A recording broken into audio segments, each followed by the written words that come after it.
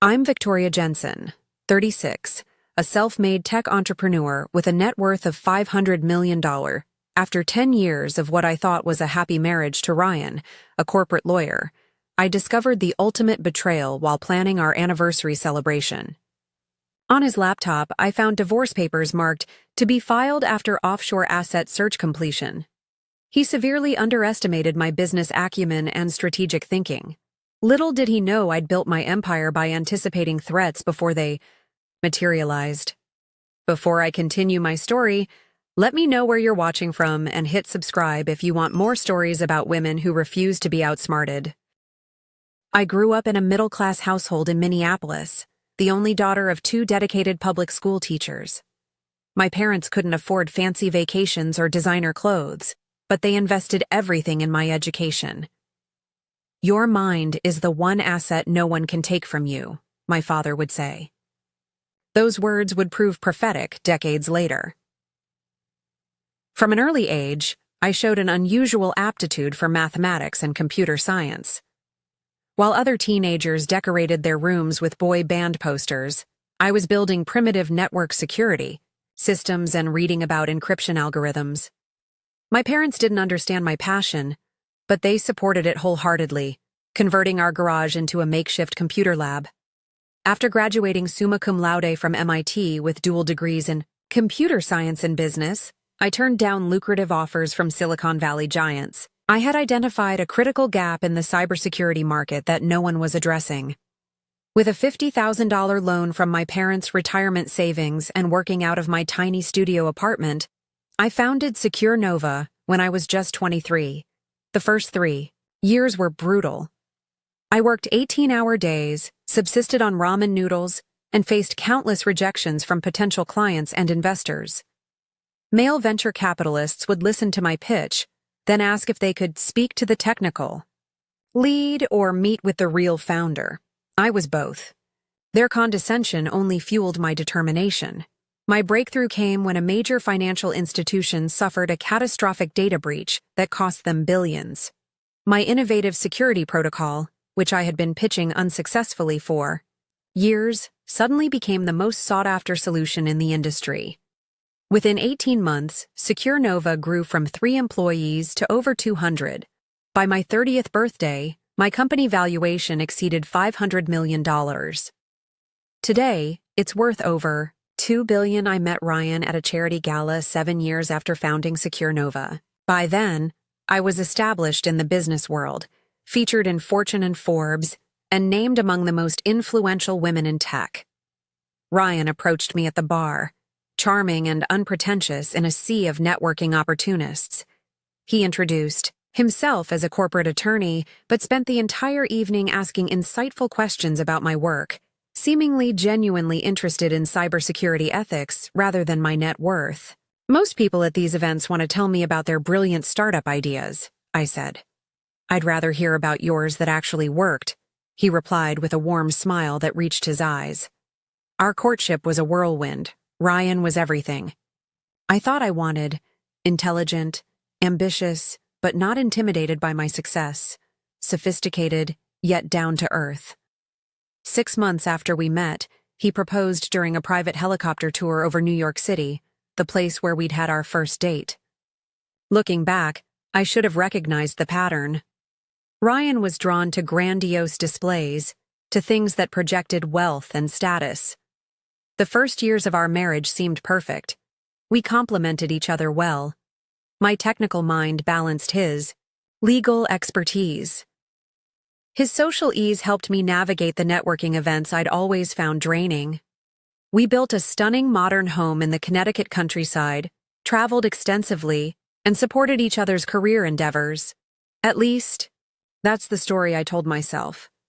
Ryan's legal practice specialized in high-net-worth divorce cases.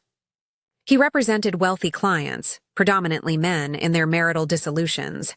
I remember joking once about keeping our finances separate just in case, and Ryan laughing it off. "My clients should have been so smart," he said. I thought he was complimenting my business sense. Now I realize he was already thinking several moves ahead. The warning signs were subtle but present from the beginning. Ryan's fascination with my wealth manifested in small ways. He kept track of my company's stock price with unusual attention. He casually mentioned which of our assets were in my name versus his. He suggested numerous offshore investment opportunities. That would have made tracing my finances more difficult. I attributed his interest to his professional background, never suspecting malicious intent. Our life together looked immaculate from the outside. We hosted dinner parties for Silicon Valley elites and Manhattan socialites in our perfectly appointed home. We donated to the right charities, attended the prestigious galas, and maintained the appearance of the ideal power couple. But behind closed doors, emotional distance grew between us. In the last year, Ryan's behavior changed more noticeably. Phone calls that abruptly ended when I entered the room, late nights working that couldn't be verified, weekend conferences with no promotional materials or agendas, a password suddenly appearing on his personal laptop. The classic signs that I, despite my analytical mind, rationalized away. I tried everything to save what I thought we had. Planned romantic getaways, suggested couples therapy, evaluated my own behavior for flaws I could correct. All while Ryan assured me everything was fine, that his emotional withdrawal was just work stress. "The Williams case is killing me," he'd say, referring to one of his high-profile divorce clients. "Once it's settled, things will go back to normal." I believed him because I wanted to believe him, so when our 10th anniversary approached, I threw myself into planning the perfect celebration, hoping it might rekindle what we had lost. That's when everything changed. Ryan had left for what he claimed was an important 3-day business trip to Chicago. With the house to myself, I decided to use our home office to organize details for our upcoming anniversary. Our shared desktop computer was already running, the screensaver swirling with photos from our life together. The irony wasn't lost on me later. I moved the mouse, and the screen awakened to Ryan's email account. He had forgotten to log out, something he never did. My first instinct was to close it immediately. We had always respected each other's privacy. But a subject line in his inbox caught my eye. Offshore Asset Search Jensen Holdings. My company's name. My heart rate accelerated as ethical considerations battled with growing suspicion. I had never snooped in Ryan's private correspondence before. But why would anyone be conducting an asset search on my company? I clicked. The email was from a private investigative firm based in the Cayman Islands, known for helping wealthy individuals trace and document hidden assets. The message was brief but devastating. Progress report attached as requested. Will continue monitoring transfers from primary accounts to offshore entities. Require additional authorization for Singapore holdings. I felt physically ill as I opened the attachment. It contained a meticulous breakdown of my business holdings, including subsidiaries and investments I had deliberately kept private. Information about accounts I'd opened before our marriage.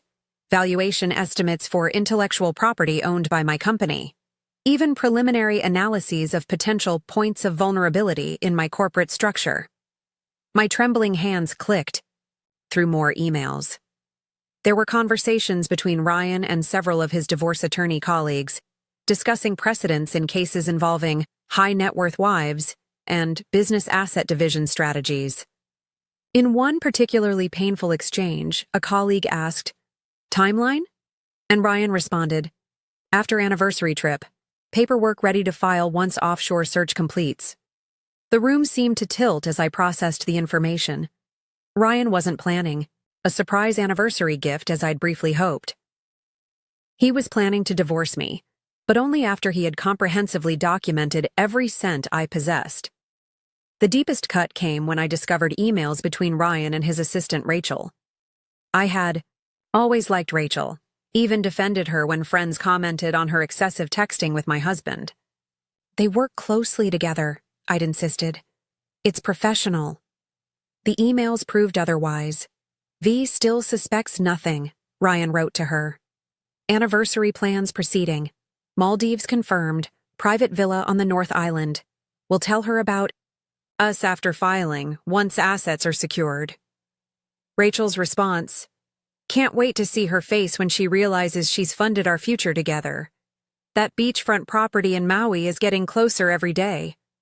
I read their exchange 3 times, unable to comprehend the cold calculation. They weren't just having an affair. They were plotting to use my wealth to finance their future together. In a numb state, I clicked through more files and found the drafted divorce petition saved on the desktop. The creation date was 3 months ago. The to-be-filed date was marked for 1 week after our anniversary trip.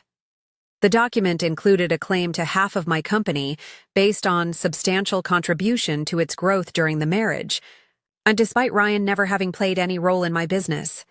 I sat motionless for hours, reading every email, every document, absorbing the full scope of the betrayal. The man I had loved, trusted, and supported for a decade had been methodically planning to strip me of everything I had built since long before I met him. The home office that had once felt like a shared space now seemed like an enemy command center. My initial reaction was pure, searing pain. The physical manifestation of heartbreak is real. My chest felt crushed under an unbearable weight. I sobbed, until no more tears would come, curled on the floor of the bathroom where Ryan wouldn't hear me if he unexpectedly returned. Then came waves of self-recrimination. How could I have been so blind? I ran a cybersecurity company, for God's sake. I protected multinational corporations from threats, yet I had failed to protect myself from the threat sleeping beside me every night. The humiliation burned almost as badly as the betrayal. Ryan and Rachel laughing behind my back, his colleagues knowing about the planned divorce before I did. The inevitable business press coverage when the tech world discovered that the brilliant Victoria Jensen had been outwitted in her own home. After the emotional tsunami came the stillness of shock. I moved through the house like a ghost, touching photographs of our wedding day, vacation souvenirs we'd collected, books we had read together, every happy memory now poisoned with doubt. Had any of it been real? Had he ever loved me at all? Or had I been a 10-year investment strategy for him from the beginning? I didn't eat or sleep that night. By morning, something within me had fundamentally changed. The devastated woman on the bathroom floor was gone. In her place stood someone colder, sharper, more focused than I had ever been. People often said I built my business with unusual strategic foresight. Now, that same analytical mind turned toward a different problem: how to protect what was mine. Ryan had made a critical miscalculation. He thought he knew everything about my business and assets because he had access to our home, my casual conversations, my unguarded moments. But he had fundamentally underestimated both my intelligence and my capacity for self-preservation when threatened. He was about to learn a costly lesson about the woman he had married. By sunrise, grief had hardened into resolve. I picked up my phone and made a call to the one person I knew I could trust implicitly. "Marcus," I said to my childhood friend and current CFO, "we need to talk, not at the office, and tell absolutely no one." Marcus arrived at a small cafe 30 miles from our usual spots, selected specifically because Ryan would never think to look for me there. As my oldest friend and the chief financial officer of Secure Nova, Marcus was the only person who had complete knowledge of my business affairs and personal finances. I had hired him right after my company's initial success, trusting his financial brilliance and unwavering loyalty. His expression grew increasingly grim as I methodically laid out everything I had discovered. When I finished speaking, he sat in stunned silence before saying, "I never liked him, but even I didn't think he was capable of this." "I need your absolute discretion," I said. "No one at the company can know what's happening. Not yet." Marcus nodded, then surprised me with his next words. "Ryan's been making inquiries, Vic, through backdoor channels, about your Cayman and Swiss accounts." "What? When?" "3 months ago." "I thought it was strange but assumed you had authorized it. He implied you were considering a complex tax strategy and needed information." My blood ran cold. The betrayal was even more extensive than I had realized. "There's more." Marcus hesitated. Our security team detected unusual access patterns to your company email about 2 months ago. The IP address traced back to your home network. The pieces clicked into place. Spyware on my devices? We quietly replaced your work laptop and phone as a precaution, citing a system-wide upgrade. I didn't want to worry you without evidence. I took a deep breath, processing this new information. Ryan hadn't just been planning divorce. He had been actively spying on me, potentially accessing sensitive corporate communications. This wasn't just personal betrayal, but potentially corporate espionage. Marcus and I spent the next 4 hours in that cafe, developing what would become my counter-strategy. By mid-afternoon, we had moved to a private conference room in an attorney's office in a different city. By evening, we had assembled a small team of the most discreet professionals. Patricia Winters, the best divorce attorney in New York, who happened to be a woman Ryan had once disparaged as too aggressive. James Chen, my personal financial advisor who had structured my original business holdings, and Eliza Montgomery, a digital forensics expert from my company's advanced security division. I needed to protect my assets without appearing to react to knowledge I wasn't supposed to have. Any obvious movement of funds or corporate restructuring immediately after Ryan's business trip would alert him that I had discovered his plan. Patricia advised me on the legal framework. Connecticut is an equitable distribution state, not a community property state. That works in your favor. Assets you owned before marriage remain separate property if they haven't been commingled. The challenge will be proving which assets have maintained their separate character. What about my company? I asked. Ryan's divorce filing claims he made substantial contributions to its growth. Did he ever work for Secure Nova in any capacity? Board member? Advisor? Investor? Absolutely not. I was explicit about keeping our professional lives separate. Good. Did you ever transfer company shares to him or add his name to any corporate documents? Never. Patricia nodded approvingly. That helps significantly, but we need to document the complete separation between your premarital assets and anything acquired during the marriage. James outlined the financial strategy. Your corporate structure gives us advantages.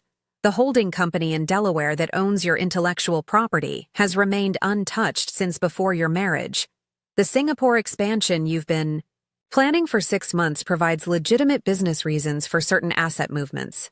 We discussed every account, every property, every investment. I learned that Ryan had been particularly focused on my international holdings, likely because they seemed more vulnerable to claims.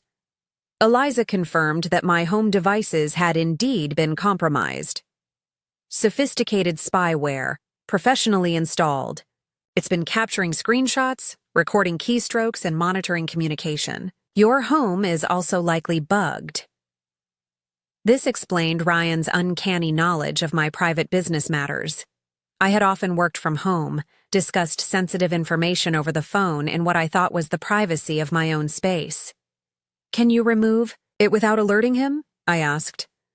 Not without risking his knowledge, but we can feed it selective information while you use secure channels for actual communication.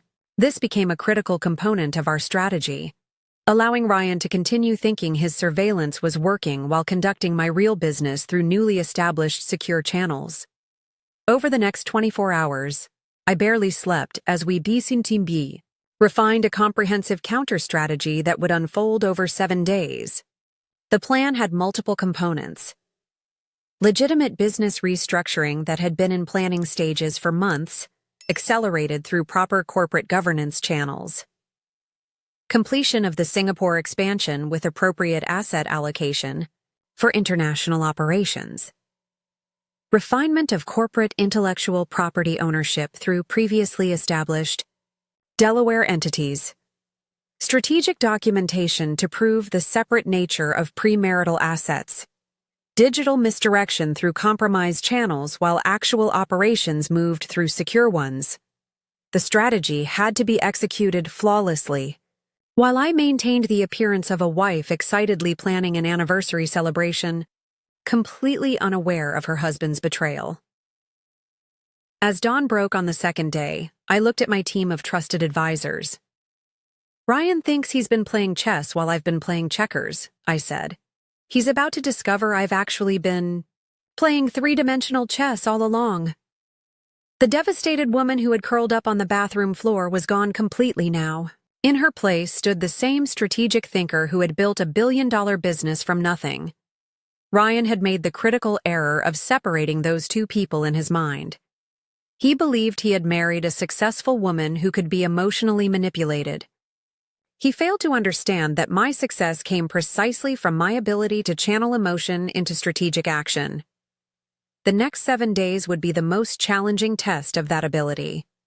As I drove home to maintain appearances, I felt a strange calm settle over me. The initial shock and pain had transformed into cold, focused determination. Ryan wanted a war over assets. I would give him one he was utterly unprepared to fight. Day 1 began the moment Ryan's flight took off for his business conference, which my private investigator confirmed was actually a romantic getaway with Rachel at a luxury resort in the Cayman Islands. The irony wasn't lost on me that he was conducting both his affair and his asset hunt in the same location. I initiated the first phase of our plan, the Singapore expansion that had been in preliminary discussions for months. As CEO, I called an emergency board meeting, citing a competitive threat that required immediate action. The board, trusting my business instincts that had consistently yielded remarkable results, unanimously approved accelerating the expansion plan. By noon, legitimate corporate attorneys were preparing the necessary legal structures for the Asian market entry. By evening, $75 million in corporate assets began moving through proper channels toward the new Singapore entity. From a business perspective, this was a sound strategic move. From a personal protection standpoint, it was brilliant. The assets were corporate, not personal, moving for documented business purposes that predated any knowledge of divorce plans. My home office became command central for the legitimate business operation, knowing full well that Ryan's spyware was documenting every call, every email. Meanwhile, the actual strategic planning happened on secure devices in locations that changed daily. I slept 3 hours that night, my mind racing with both strategic calculations and painful personal realizations. Day 2 focused on intellectual property protection. SecureNova's value resided primarily in its proprietary algorithms and security protocols. James and the legal team worked with the patent attorneys to formalize and strengthen the documentation, showing that these assets belonged to the Delaware holding company established 4 years before I met Ryan. We're not moving anything, Patricia emphasized. We're documenting what has always been true but could be contested without proper paper trails. That afternoon, I maintained appearances by calling Ryan and enthusiastically discussing anniversary plans. Each word felt like glass in my mouth. I can't wait to surprise you, he said, his voice warm with practiced affection. I'm sure it will. Be unforgettable, I replied, thinking how true that statement would prove to be. Day 3 brought the most complex phase, properly documenting the growth trajectory of assets I had owned before marriage. James and his team worked tirelessly, tracing the organic growth of investments, the natural appreciation of properties, and the reinvestment of premarital assets into new ventures. The key is showing that the $500 million isn't just some number that appeared during the marriage, James explained. It's the natural documented evolution of assets you brought in as separate property. Meanwhile, I conducted normal business operations, approved routine transactions, and continued anniversary preparations. The cognitive dissonance was staggering. In one moment, I was selecting a sentimental gift for a husband who was betraying me. In the next, I was reviewing complex financial structures designed to protect me from that same man.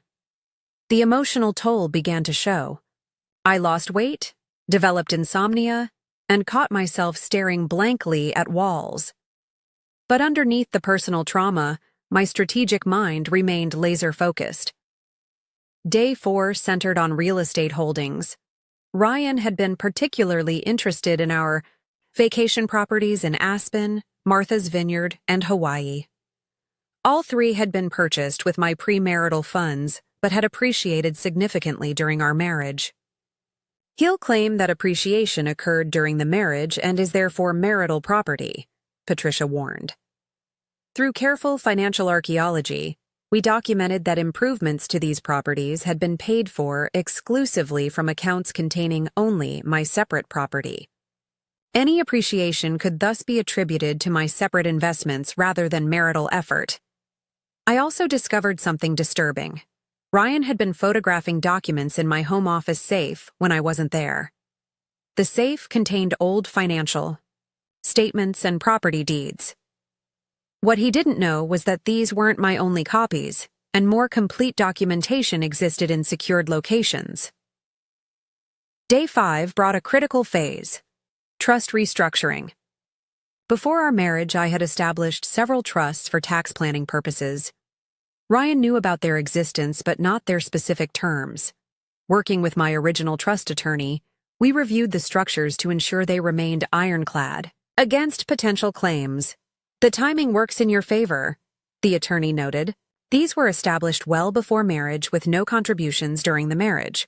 His claim to them is minimal at best. That evening, my private investigator reported that Ryan had extended his business trip by 2 days. Rachel had been seen shopping for beachwear and formal evening attire, suggesting they were enjoying their pre-divorce celebration in style. The knife twisted deeper, but I channeled the pain into even more determined action.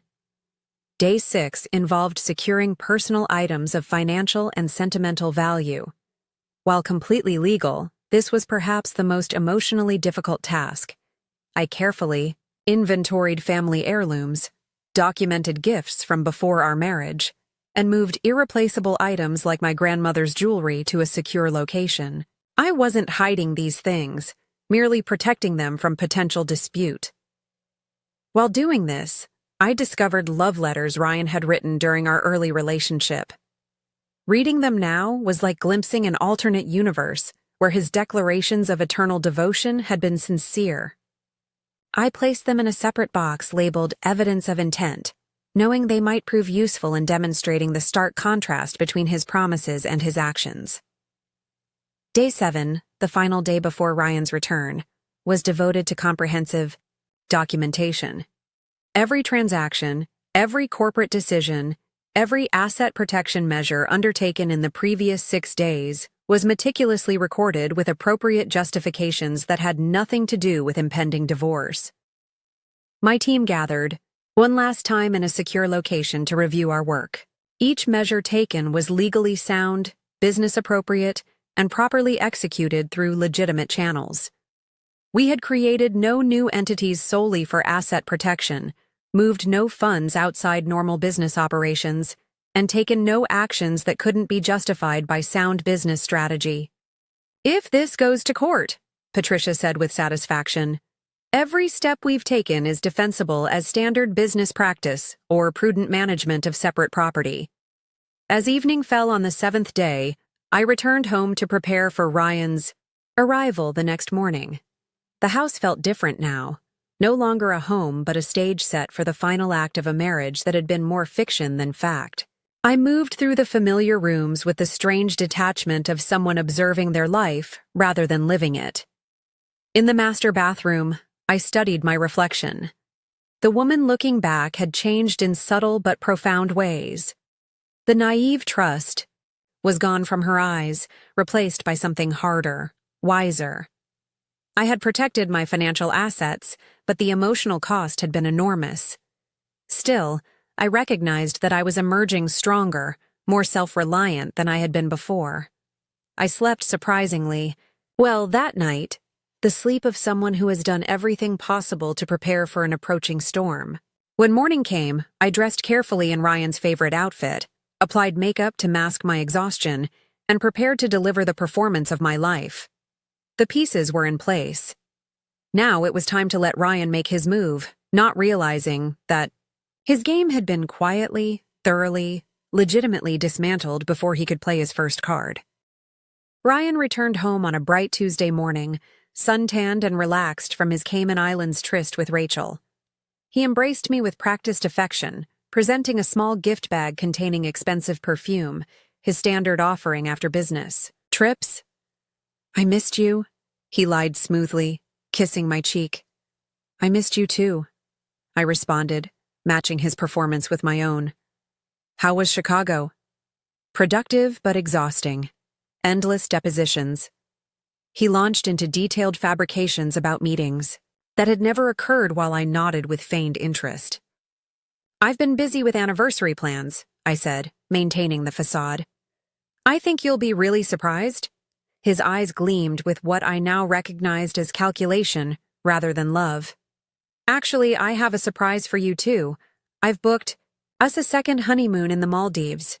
This was it, the trip mentioned in his emails, where he planned to inform me of the divorce after ensuring his asset hunt was complete.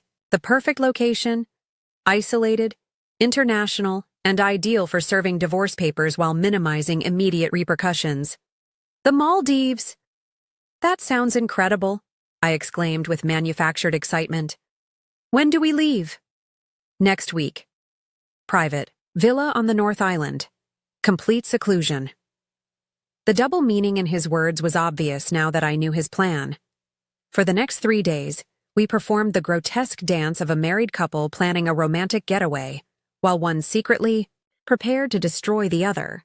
I selected tropical outfits, discussed excursions we would never take, and researched restaurants we would never visit together. Each evening, Ryan made mysterious phone calls from his car or during neighborhood walks. My security team confirmed. These were communications with his divorce attorney, finalizing preparations. On Thursday evening, Ryan announced he had dinner reservations at my favorite restaurant to pre-celebrate our anniversary. I spent hours preparing, knowing this might be the last normal evening before everything changed. As I applied lipstick, my private investigator texted, "Meeting at Hamilton and Reed Law Firm confirmed for 3 p.m. Document filing likely." Hamilton and Reed was the prestigious divorce firm representing 3 of Ryan's wealthy clients. Now they were representing him. At 5:30 p.m., just before our dinner reservation, Ryan's phone rang. He stepped onto the terrace to answer it, returning with a masterfully constructed expression of regret. "I'm so sorry, but there's an emergency with the Williams case. I need to go to the office immediately." "Tonight? Can't someone else handle it?" I asked, playing the disappointed wife. "I wish. The judge is making a special exception for a filing deadline. I'll make it up to you tomorrow night, I promise." As he rushed out, my investigator confirmed he was actually heading to the courthouse with his attorney to file the divorce petition. The paperwork that would attempt to claim half of everything I had built was being processed at that very moment. I sat alone in our silent house, the elaborate dinner outfit suddenly absurd. Despite knowing this was coming, despite a week of preparation, the finality of his actions struck me with unexpected force. This was really happening. 10 years of marriage was ending with calculated deception rather than honest conversation. The formal notification arrived the next morning via courier. I made sure the security cameras captured my shocked reaction as I accepted the envelope. Inside was the divorce petition, asserting claims to half of all assets including my company, citing his substantial contributions to its growth and success. Within hours, Ryan returned home, his demeanor now entirely transformed. Gone was the loving husband planning a romantic getaway. In his place stood a cool, professional divorce attorney managing a high-value case. "I think we should discuss this civilly," he began, settling into an armchair like he was conducting a client meeting. "I've arranged for the Maldives trip to be canceled." "Why are you doing this?" I asked, allowing genuine emotion to color my voice. The question wasn't about the divorce, but about the elaborate deception surrounding it. "These things happen," he replied dismissively. "People grow apart. The important thing now is to divide assets fairly and move forward." "Fairly?" The word caught in my throat. "Yes, fairly. Connecticut law is clear about equitable distribution. My attorneys have prepared a preliminary asset division proposal." He slid a document across the coffee table. You'll see we're suggesting a straightforward 50-50 split of all marital assets, including Secure Nova. I took the paper with trembling hands that weren't entirely feigned. The document outlined exactly what his emails had promised Rachel. Half of everything I had built, including substantial company equity. I'll need time to review this with my attorney, I said softly. Ryan's confidence was palpable. Of course, take the weekend. But Victoria, protracted legal battles only benefit the attorneys. It would be better for both of us to reach an amicable agreement quickly.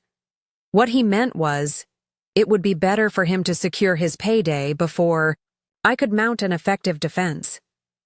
The condescension in his tone suggested he viewed me as the emotional woman who would cave rather than fight. I understand, I replied, playing into his perception of me as the weaker negotiator.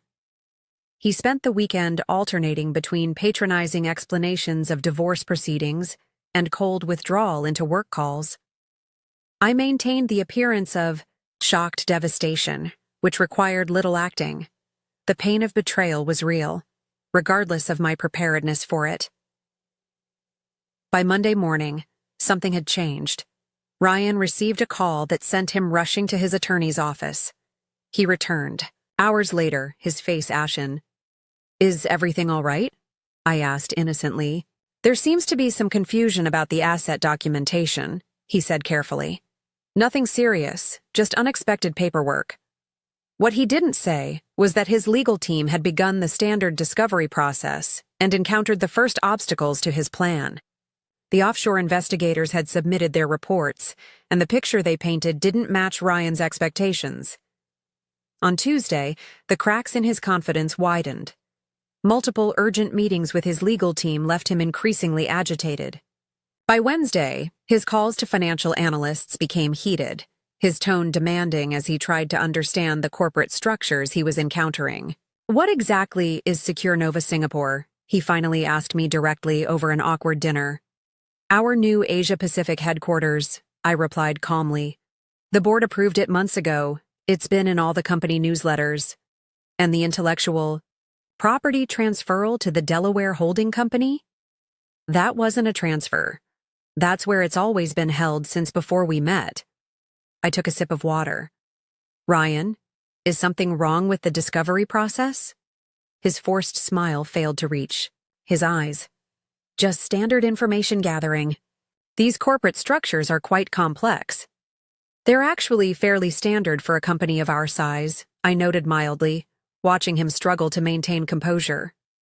By Friday, exactly 1 week after filing, Ryan's careful plan had begun to publicly unravel. His legal team requested an emergency conference with my attorneys, where they expressed concerns about asset valuation discrepancies. What they meant was, the fortune they thought they could easily claim was proving remarkably difficult to access. The first hint of panic appeared in Ryan's eyes that evening as he paced our home office, phone pressed to his ear. What do you mean premarital? The appreciation occurred during the marriage. His voice rose as he argued with his own attorney. When the call ended, he approached me with a dramatically altered demeanor. The cold professional was gone, replaced by an attempt at the charming husband I had once loved. Victoria, I've been thinking. Perhaps we've been hasty about all this. Hasty? The divorce filing? I kept my tone neutral. Yes, these things can be filed in the heat of the moment. The desperation in his eyes belied his casual tone. We have 10 years together. Maybe we should consider counseling before making irreversible decisions. I stared at him, amazed by the transparency of his reversal now that his asset grab was failing. Counseling, I repeated, after serving me divorce papers without warning. People make mistakes, he said, reaching for my hand. I withdrew it before he could touch me. Yes, I agreed. They certainly do. The following week brought Ryan's complete psychological unraveling as the full extent of his miscalculation became clear. His legal team's increasingly frantic communications revealed their discovery that Secure Nova's most valuable assets were effectively insulated from his claims through legitimate corporate structures established years before our marriage. This is all perfectly legal, I overheard him shouting into his phone. There must be a way to pierce these corporations. The attorney's response clearly displeased him as he slammed his hand against the wall in frustration.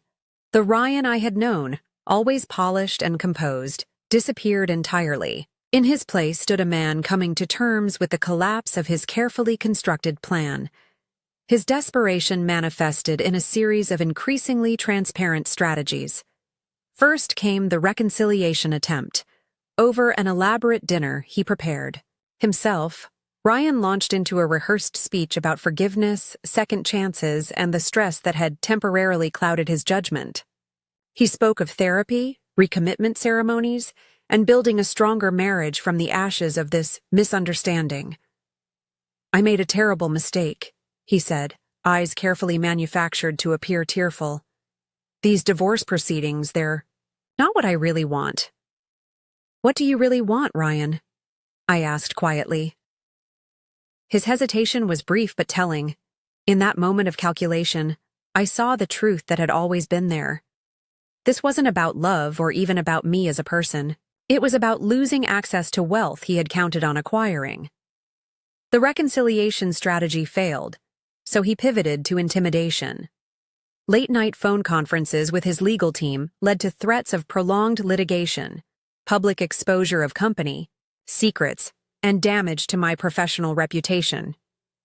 You don't want this becoming a media circus, he warned over breakfast.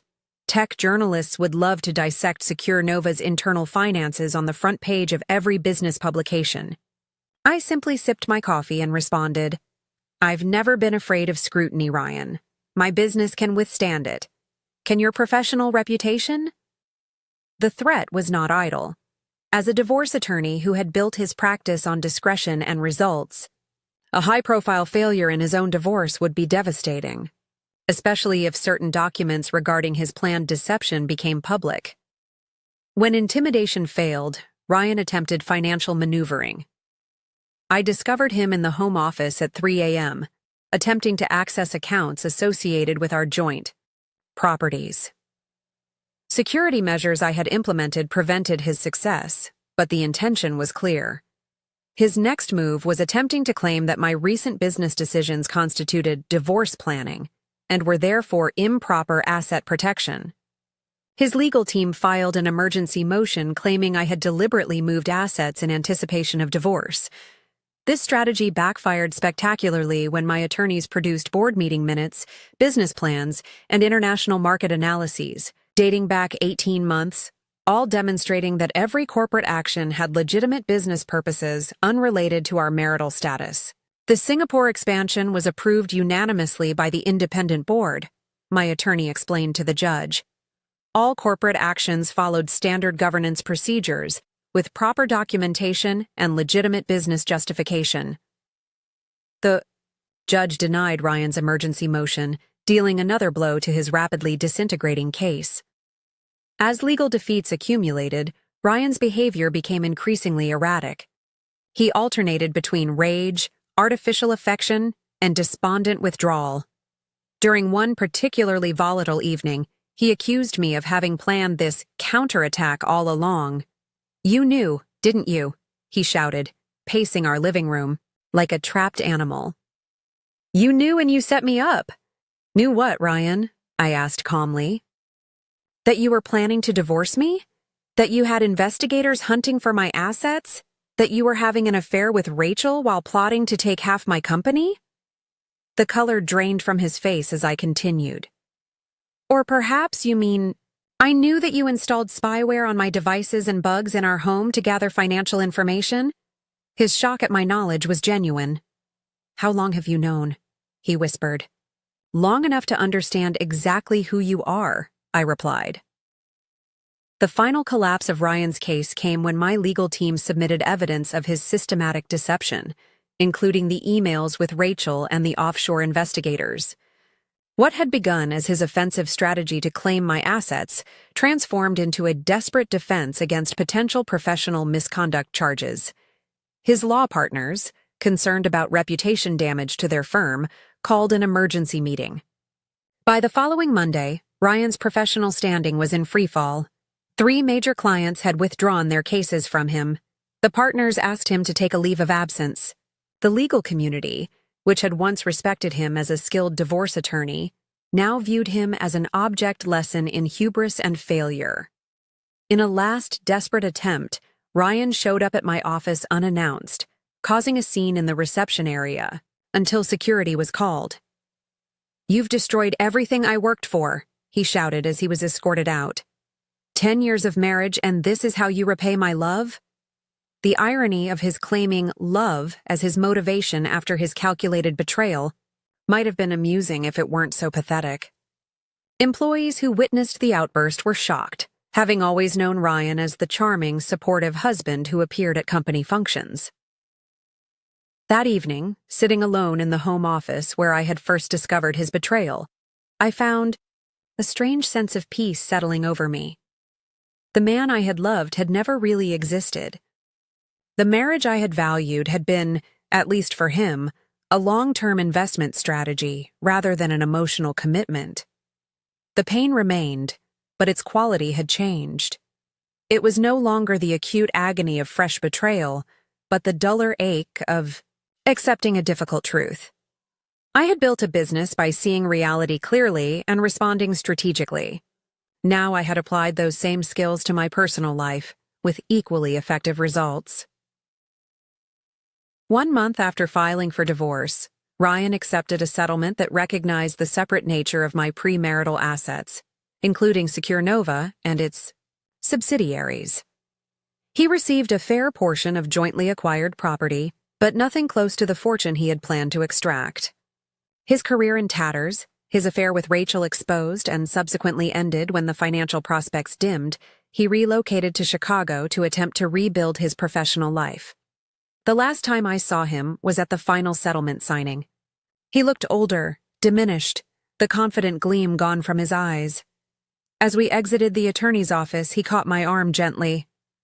"For what it's worth," he said quietly. "There were times when it was real for me too." I studied his face, searching for truth in a man who had made deception his art form. The sad thing is, I'll never know if that's true, and that's entirely your doing. I walked away without looking back, feeling lighter with each step, shedding the weight of false love and betrayal. Ahead lay uncertainty, but also freedom and the knowledge that I had faced the worst kind of personal betrayal and emerged not just financially intact, but emotionally stronger. 6 months after the divorce was finalized, I stood at the window of my new penthouse overlooking Central Park. The spring evening bathed the city in golden light, and for the first time in over a year, I felt genuinely at peace. The legal battles were behind me. Secure Nova continued to thrive, our Singapore expansion exceeding revenue projections by 30%. More importantly, I had begun the process of rebuilding my personal life from the ground up. The journey hadn't been easy. After the initial victory of protecting my assets came the harder work of emotional recovery. I found a skilled therapist who specialized in betrayal trauma, someone who didn't minimize the psychological impact of discovering a decade-long relationship had been in many ways a calculated deception. Recovery isn't linear, Dr. Levine reminded me during our weekly sessions. Some days you'll feel strong, other days the grief will hit unexpectedly. She was right. I would go weeks feeling empowered, then break down in tears when finding an old photograph or receiving a wedding invitation. The betrayal had shaken my fundamental ability to trust, not just romantic partners, but my own judgment. I built a security company, I told Dr. Levine during one particularly difficult session. My entire career is based on identifying and preventing threats. How did I miss this? Because professionally, you expect threats, she replied. Personally, you expected love. Those are fundamentally different mindsets.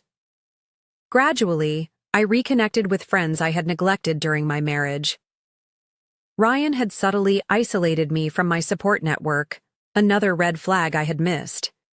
My college roommate Sophia flew in from Seattle and stayed for 2 weeks, filling my evenings with laughter I had forgotten I was capable of experiencing. My parents, now retired and living in Florida, visited monthly. Their steadfast support reminded me that genuine love without hidden agendas did exist. "We always thought he was too polished," my father admitted one evening. "But we wanted to believe he made you happy." The healing process included physical changes as well. I renovated the Connecticut house where Ryan and I had lived, donating most of the furniture and creating an entirely new space that held no memories of our life together. Eventually, I sold it to a young family and bought the Manhattan penthouse, wanting a fresh start in an environment untainted by betrayal. My focus on business had always been intense, but now it became my primary outlet for creative energy. Secure Nova launched a revolutionary security protocol that earned industry-wide acclaim. We expanded into new markets, hired brilliant young programmers, and continued building something meaningful and lasting. 3 months after the divorce, I established the Financial Literacy Foundation for Women, dedicating $20 million to helping women achieve financial independence. The foundation offered education about investment strategies, business development, and most importantly, financial self-protection within relationships. Financial control is often the invisible leash in toxic relationships, I explained during the foundation's launch event. Breaking that leash begins with knowledge. Speaking publicly about my experience was terrifying but ultimately healing. Without naming Ryan or sharing humiliating details, I incorporated elements of my story into discussions about financial autonomy. The response was overwhelming. Women approached me after each talk, sharing similar experiences or thanking me for making them more aware of potential vulnerabilities. The lessons from my failed marriage crystallized over time into hard-won wisdom.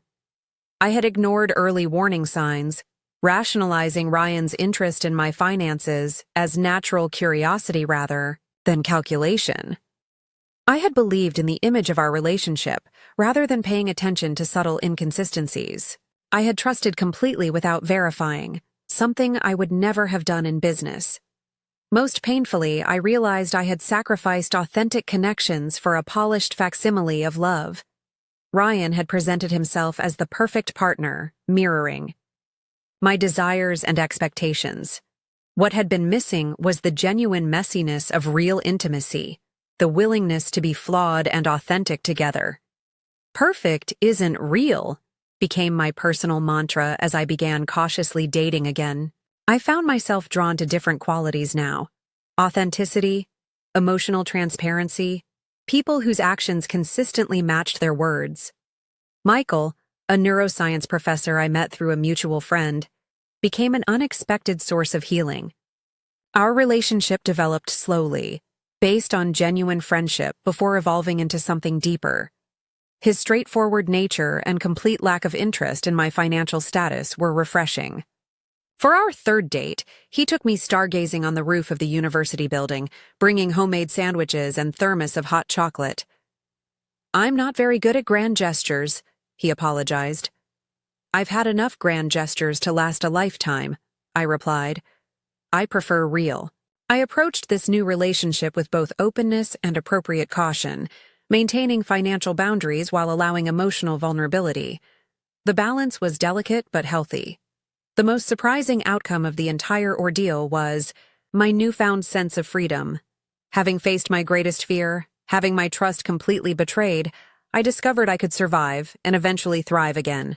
The experience had stripped away pretense and left me with clearer vision, both personally and professionally. Ryan's attempt to take what I had built had ultimately failed, but his betrayal had taken something irreplaceable: my naive belief in perfect love and happy endings. In its place grew something more valuable: a realistic appreciation for authentic connection, self-reliance, and the understanding that genuine strength comes not from avoiding pain, but from moving through it with integrity. News of Ryan eventually reached me through mutual acquaintances. His professional rehabilitation had been partial at best. No prestigious firm would hire him after the scandal, forcing him to establish a small private practice handling minor cases. Rachel had left him for a hedge fund manager shortly after. Our divorce was finalized. The beachfront property in Maui they had planned to purchase with my money remained a dream unrealized. I felt no satisfaction in his downfall, only a distant sadness for the waste of potential. The man had been brilliant in his field, charming when he chose to be, capable of so much more than deception. His decision to build his future on betrayal rather than authentic achievement had cost him everything he truly valued: status, recognition, and professional respect. The lesson in his fate was clear. Shortcuts to wealth built on deception eventually collapse. Sustainable success, whether in business or relationships, must be built on genuine value and integrity. Today, as I prepare to take Secure Nova public with a projected valuation of $4 billion, I reflect on the journey that brought me here. The Takusai company continues to thrive not because of shortcuts or deception, but because we built something of genuine value, solving real problems with innovative solutions. My personal life follows the same philosophy now, valuing authentic connection over perfection, transparency over polished illusion. The betrayal that once seemed like the end of my world became instead a painful but necessary awakening, teaching me to trust my instincts, verify what matters, and build security into every aspect of my life without sacrificing openness to genuine connection. For those of you watching who might be facing your own betrayals or challenges, remember that the darkest moments often contain the seeds of unforeseen growth. Trust can be rebuilt, but wisely this time. Success is sweetest when it's earned through genuine effort rather than manipulation. And sometimes, the collapse of what you thought you wanted makes space for what you truly need. Have you ever had to restart your life after betrayal? What helped you move forward? Share your stories in the comments below. If this story resonated with you, please hit like and subscribe for more insights on resilience and renewal. Thank you for joining me on this journey. And remember that your worth is never determined by someone else's ability to recognize it. My name is Olivia Morgan, 23 years old, delivering pizzas in the pouring rain when most people my age are out enjoying their Friday nights. My hands ache from my morning barista shift as I balance this pepperoni special under my umbrella. Meanwhile, my brother Ethan is probably at some club, spending our parents' money without a second thought. They've always had different rules for us, his path smoothed with opportunities while I struggled just to keep my electricity on. I never expected anything to change until that rainy night when a familiar face from the past recognized me. Before I tell you how I went from delivering pizzas in the rain to completely turning my life around, let me know where you're watching from and hit that subscribe button if you've ever felt like the underdog in your own family. Growing up in our middle-class suburban Connecticut neighborhood, the difference in how my parents treated Ethan and me wasn't immediately obvious to outsiders. Our house on Maple Street had 4 bedrooms, a neat front yard, and all the appearances of the American dream. My father Richard worked as a regional manager for an insurance company, and my mother Sophia taught piano lessons from our living room. We weren't wealthy, but we weren't struggling either. At least not financially. The favoritism revealed itself in small ways at first. When I was 7, I spent an entire weekend creating a watercolor painting of our family for the school art show. I won second place, but my parents missed the ceremony because Ethan had a little league game. My certificate ended up in a drawer somewhere, while his participation trophies for sports occupied the entire mantelpiece. "We have to support your brother," my mother would explain gently whenever I expressed disappointment. Boys have it harder in today's world. They need more encouragement. By the time I turned 12, the pattern was undeniable. Ethan's birthday parties were elaborate affairs with hired entertainers and custom cakes. Mine were afterthoughts, usually just dinner at a restaurant if I was lucky. When I questioned this, my father would ruffle my hair and say, "You're so independent, Olivia. You'll be fine without all that fuss." Their words became a self-fulfilling prophecy. I learned to be independent because I had no choice. I started babysitting at 13, saving every dollar while Ethan received an allowance for doing nothing more than existing. I taught myself Photoshop using library computers because art classes were too expensive, yet somehow there was always money for Ethan's hockey equipment. The inequality became impossible to ignore when we turned 16. On Ethan's 16th birthday, my parents surprised him with a used but decent Honda Civic. When my birthday came 6 months later, my father handed me a bus schedule and information about working permits. "We believe in teaching you responsibility," he explained. "You'll appreciate it more if you earn it yourself." I worked weekends and summers for almost 2 years before I could afford a 15-year-old Toyota with questionable brakes and no air conditioning. Meanwhile, when Ethan dented his car at a party, our parents paid for repairs without a single lecture. College planning brought the most painful discrepancy. Throughout high school, I maintained a 3.9 GPA while working part-time. I joined every free extracurricular I could fit between shifts and studied late into the night. My dream was attending Parsons School of Design for graphic design. When acceptance letters arrived, I received a partial scholarship, but not enough to cover the full cost. "We've been putting money aside for both your educations," my mother had promised for years. Yet when the time came, I discovered my college fund had been borrowed for Ethan's first business venture, an app for rating craft beers that never made it past the development stage. He had dropped out of community college after 1 semester to become an entrepreneur. "It's an investment in his future," my father explained. "You can take out loans. With your grades, you'll be fine." I ended up at the state university with crushing student debt while working 30 hours a week. Meanwhile, Ethan bounced between startups, each one funded by my parents, each one failing due to his lack of commitment. Throughout all this, one figure remained a mystery in our family: Uncle Raymond, my father's older brother. He had disappeared from our lives when I was 14 after a massive argument with my father. I remember raised voices behind closed doors, words like irresponsible and betrayal floating through the house. Afterward, we never spoke of him again. Family photos with him were removed. When I asked what happened, my father would change the subject immediately. "Some people just don't belong in your life," he would say with finality. The breaking point came during Thanksgiving of my sophomore year of college. I was exhausted from midterms and picking up extra shifts to cover textbook costs. At dinner, my parents excitedly announced they were helping Ethan lease office space for his second failed startup's revival. "This one's really going to take off," Ethan boasted, not even acknowledging how his first venture had swallowed my education fund. When I quietly mentioned my struggle to afford next semester's tuition, my mother patted my hand and said, "Maybe you should consider taking a semester off to save up." I looked around the table, at my brother's entitled smile, at my father's proud gaze directed only at his son, at my mother's dismissive comfort, and something inside me finally broke. I moved out that weekend. At 19, I found a tiny studio apartment with a roommate and committed to complete financial independence. I would rather struggle on my own terms than be treated as an afterthought in my own family. For years later, at 23, my life had become an endless cycle of work and sleep with barely anything in between. My apartment was in the kind of neighborhood real estate agents optimistically call up and coming, code for high crime rates and neglected infrastructure.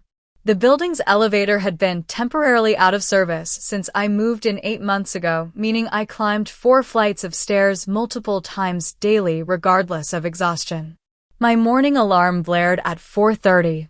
By 5:15, I was tying my apron at Brewington's, a locally owned coffee shop where I'd worked for nearly 2 years. The pre-dawn prep work was mind-numbing, grinding beans, stocking pastries, sanitizing equipment, but it was reliable income with decent tips. "Girl, you look like you slept standing up," Zoe commented one morning as I stifled my third yawn before opening. With her vibrant purple hair and constellation of ear piercings, Zoe had quickly become my closest friend since starting at Brewington's. "Bold of you to assume I slept at all," I replied, forcing a smile. Zoe knew my full story, one of the few people who did. She'd listen during our short breaks as I vented about family calls or financial stress, never judging, always offering her couch if I needed a place to crash. My budget was a masterclass in stretching pennies. After rent, utilities, student loan payments, car insurance, and groceries, I had exactly $43 of wiggle room each month. One unexpected expense, a flat tire, a doctor's visit, anything, meant skipping meals or borrowing from my meager emergency fund, which never seemed to grow beyond $300. My Brewington's shift ended at 1:30, giving me just enough time to rush home, change uniforms, and head to Gino's Pizzeria for my second job. 5 evenings a week, I delivered pizzas until midnight, navigating unfamiliar neighborhoods in my deteriorating Toyota, which now had 200,000 miles on the odometer and made concerning noises when I turned left. The physical toll was becoming unbearable. 70-plus hour work weeks left me with perpetual dark circles and frequent migraines. My hands were constantly dry and cracked from washing dishes and handling hot pizza boxes. I kept a tube of medicated lotion in both cars and applied it at red lights, a small luxury that prevented my skin from cracking and bleeding. Despite my independence, family dynamics continued to haunt me. My mother called weekly, but our conversations followed a predictable pattern. She'd spend 10 minutes updating me on Ethan's latest venture, currently his third attempt at a startup, a subscription box for pet owners, fully funded by my parents despite his previous failures. "He's meeting with investors next week," she'd gush. "Your father thinks this could be the big break." Only afterward would she ask how I was doing, but never with any real interest in my answers. When I mentioned my graphic design side projects, she'd respond with vague encouragement. "That's nice, dear. It's good to have hobbies." They still held weekly family dinners that I was always welcome to attend, but between exhaustion and resentment, I rarely made it more than once a month. When I did show up, conversations revolved around Ethan's business prospects while my work was dismissed as temporary despite supporting me for years. Last month, I'd attempted to secure a small business loan to launch my own graphic design business.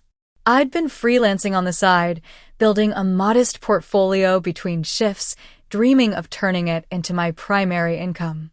The loan officer had reviewed my application with thinly veiled skepticism.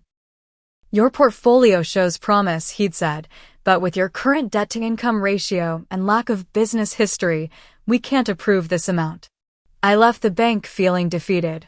That night, scrolling through Instagram, I saw photos of Ethan's new company car, purchased with my parents' co-signature. The caption read, "Hard work pays off. #blessed #entrepreneur." The resentment had been building for so long that some days it felt like a physical weight on my chest.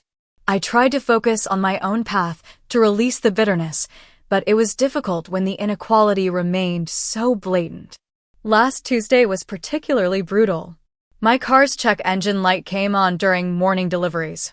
The coffee shop's espresso machine broke, causing a rush of angry customers. 3 separate pizza deliveries stiffed me on tips. By evening, I was running on fumes and caffeine, my whole body aching. Then my mother called. "Olivia, sweetheart, we need a small favor. Ethan's having some cash flow issues this month with the business. Could you possibly loan him $500? Just until his next investor meeting." I nearly drove off the road. The audacity of asking me, who could barely afford oil changes, to loan money to my perpetually supported brother broke something inside me. "Mom, I work 2 jobs and can barely make rent," I said, my voice shaking. "I don't have $500 to spare."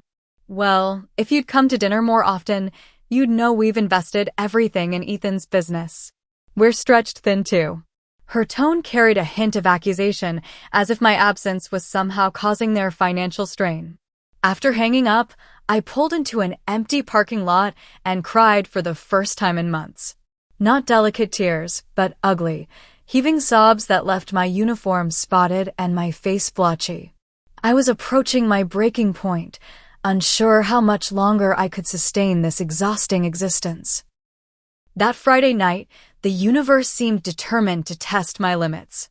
Storm clouds gathered as my shift began, and by 8 o'clock, rain pounded the city with vengeful intensity.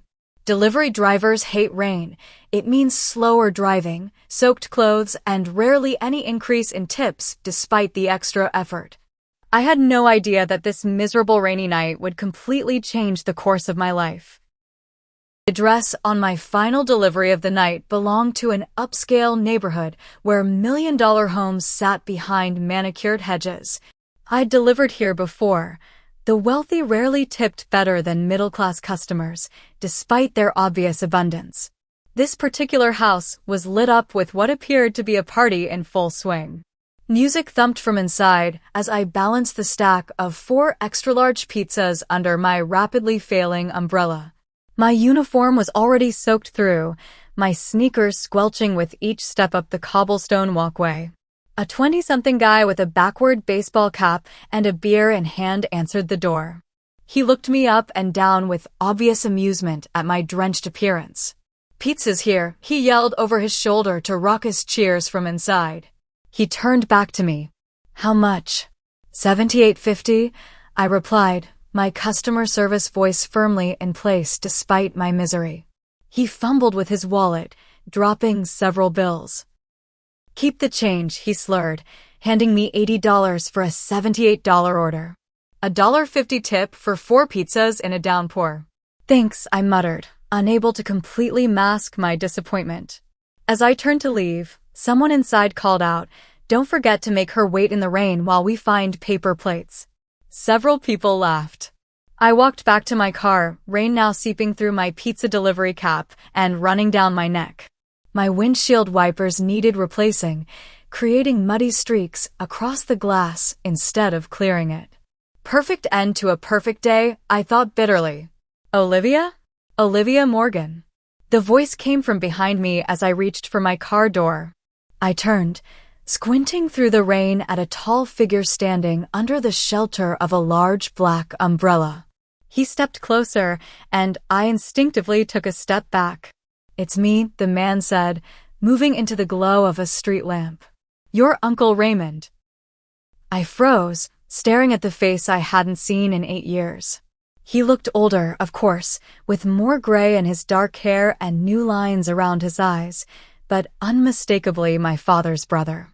The family resemblance was striking, the same strong jaw and straight nose, though Raymond's eyes held a warmth I rarely saw in my father's. "Uncle Raymond?" I finally managed, aware of how ridiculous I looked standing in the rain, soaked to the bone in my pizza delivery uniform with Geno's emblazoned across the chest. "What are you doing here?" he asked, genuine confusion in his voice. He stepped forward, extending his umbrella to cover me. "You're delivering pizzas?" The concern in his voice nearly undid me. It had been so long since anyone in my family had shown genuine interest in my welfare. Yes. "It's my second job," I stammered, suddenly self-conscious. "What are you doing here?" "My tech company sponsored this charity event," he explained, gesturing toward the house. "I stepped out for some air when I saw you walking up with the pizzas. I almost didn't believe it was you." An awkward silence fell between us, filled only by the sound of rain hitting his umbrella. 8 years of family secrets and unspoken questions hung in the air. "You're soaked," he finally said. "What time does your shift end?" I glanced at my watch. This was my last delivery, so technically now. "Would you consider having coffee with me?" he asked. "There's a 24-hour diner about 10 minutes from here." I'd really like to catch up. My first instinct was to decline. Whatever had happened between him and my father was serious enough to sever all ties. But something in his expression, genuine concern mixed with curiosity, made me hesitate. "I don't know if that's a good idea," I said cautiously. "Dad doesn't exactly speak highly of you." A flash of pain crossed his features. "I'm sure he doesn't. But Olivia, I'm not asking to use you to get to your father. I'm honestly shocked to see my successful niece delivering pizzas in the rain at midnight." The word successful hit me like a physical blow. Is that how he remembered me? The straight-A student with big dreams? "Things change," I said simply. "They certainly do," he agreed. 1 hour. Just coffee. Then if you never want to see me again, I'll understand. My common sense warred with curiosity and a desperate hunger for connection with someone who remembered me before I became invisible in my own family. Plus, the prospect of sitting somewhere warm and dry was irresistible. 1 hour, I conceded. Let me call my boss first. 30 minutes later, I sat across from Raymond in a vinyl booth at the Starlight Diner, my hair still damp, but my uniform covered by a dry sweater he had in his car. A mug of hot chocolate warmed my hands as I studied my long-lost uncle. Raymond hadn't just aged in the past 8 years. He'd transformed. The somewhat disheveled, constantly worried man from my childhood memories had been replaced by someone confident and composed. His suit was expensive but not flashy, his watch similarly high quality but understated. So he began after giving me time to settle. Tell me what's happened since I saw you last. Last I knew, you were headed for art school. The simple question opened a floodgate. Perhaps it was exhaustion, or the bizarre circumstances, or just the genuine interest in his expression, but I found myself telling him everything. The college fund that disappeared into Ethan's failed ventures. The student loans. The 2 jobs. The graphic design dreams perpetually on hold. Raymond listened without interrupting, his expression growing, increasingly troubled. When I finally ran out of words, he sat back, absently turning his coffee mug in his hands. Your father and I had a similar childhood, he said after a thoughtful pause. Our parents played favorites too, except I was the Ethan in the scenario. This revelation surprised me. You were the favorite? He nodded. Golden boy. Star athlete. Could do no wrong. Your father was the responsible one who never got the same recognition. A sad smile crossed his face. Ironic that he's repeating the same pattern, isn't it? So, what happened between you two? I asked, the question that had lingered for years finally finding voice. Raymond sighed. We started a business together right out of college. A tech company before tech was trendy. Your father wanted to take a certain path, cutting corners, making deals that weren't entirely ethical. I disagreed. Things got ugly. I bought him out, and the company eventually succeeded beyond anything we'd imagined. He paused. He's never forgiven me for being right. The revelation hung between us. It contradicted everything I'd assumed about their falling out. What's the company? I asked. Ever heard of Raycom Technologies? My jaw dropped. Raycom was a major player in software development, regularly making headlines for innovation. That's yours? He nodded modestly. Among other ventures now. So you're comfortable, he finished with a slight smile. Which brings me to why I'm really troubled seeing you like this, Olivia. You have talent. I remember your artwork from when you were a teenager. You shouldn't be delivering pizzas at midnight. My pride flared instantly. I don't want charity. Good, he replied without missing a beat. I don't offer charity, but I do believe in investing in talent. He pulled a business card from his wallet and slid it across the table. We have a graphic design department. They're always looking for fresh perspectives. If you're interested, I can arrange an interview. I stared at the card, suspicion and hope warring within me. Because I'm your niece? Because from what I remember, you're good. And from what you've told me tonight, you're tenacious, responsible, and hardworking. His expression softened. The family connection might get you an interview, Olivia. But it won't keep you the job if you can't perform. I picked up the card, turning it over in my fingers. I'll think about it. That's all I ask. He glanced at his watch. It's been more than an hour. I should let you get home and rest. As we walked to our cars, Raymond stopped me with a gentle hand on my shoulder. Olivia, whatever you decide about the job, please know you can call me anytime. 8 years is too long to lose touch with family.